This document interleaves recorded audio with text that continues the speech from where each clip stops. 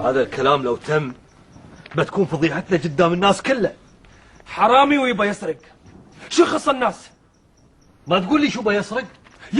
يسرق اي شيء. لا مو باي شيء، الناس تعرف لكن مو بمصدق الرمس اللي ترمسون به. اتركوه، خلوه يصير ويي كأنه ما صار شيء. اتركه؟ انا لو بدي كان ذبحته الحين. خلي الذبحه كحينه، لو حسبناها عدل بنحصل عمارنا مهددين. ومنو اللي بيهددنا؟ عيون الناس رمستهم، من غدي رمس في الميالس.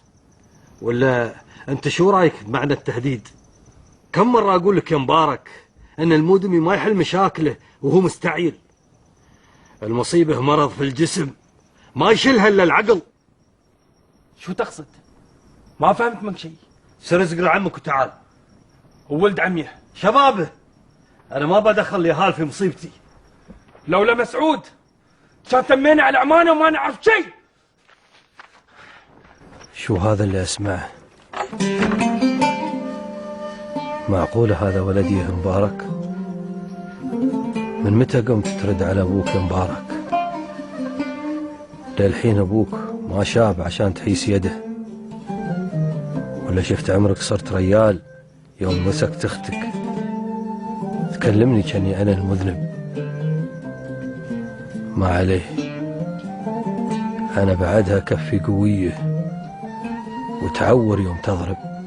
ولدي ما بتكون لي خصم، لكن شو الدبره وانا صبر ما فيه بسبة المصايب اللي نزلت على راسي شر المطر.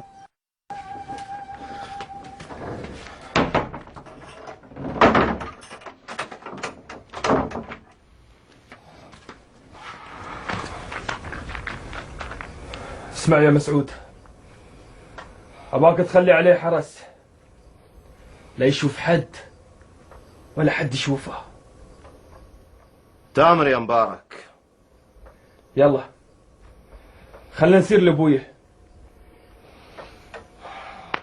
ما بسير، ابوك ريال طيب وما بيرضى بحبس حمدان.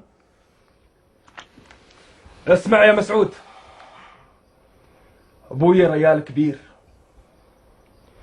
والريال يوم يكبر مكانه البيت وولده يسد مكانه.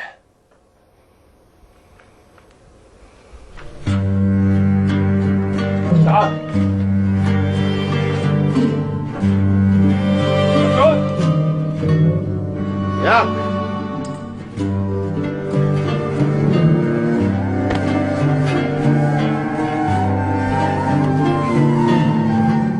الحين لين الصبح لازم نشوف لنا حل في هالمشكلة.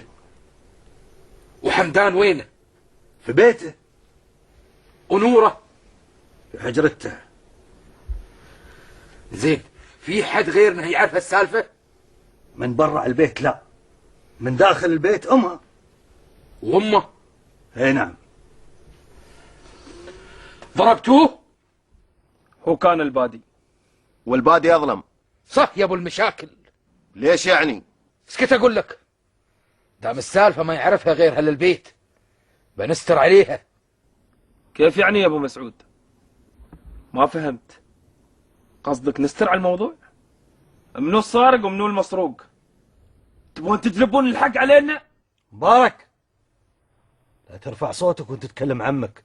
تامر يا ابو مبارك وتامر يا ابو مسعود. الريال يوم يكبر الخوف معاه ويسميه عقل. يطلب اهله ويجلس معاهم عشان يشوفوا له حل. لا ترفع صوتك وابوك وعمك هني. ادري ان قلبك محروق على اختك، لكن انتبعنا شوركم بتينا الفضيحة. نبغى نسمع الحل منكم وعقب بيتم اللي تبونه. ابى اكلم بمبارك بيني وبينه.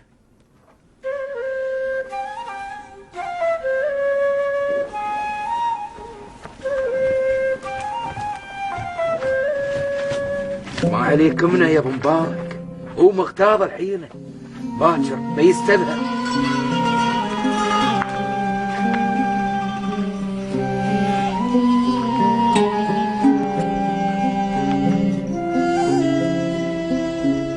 يا مبارك، أنا لو جبروني على حل عندي حل بيرضيك. شو الحل؟ بذبحه.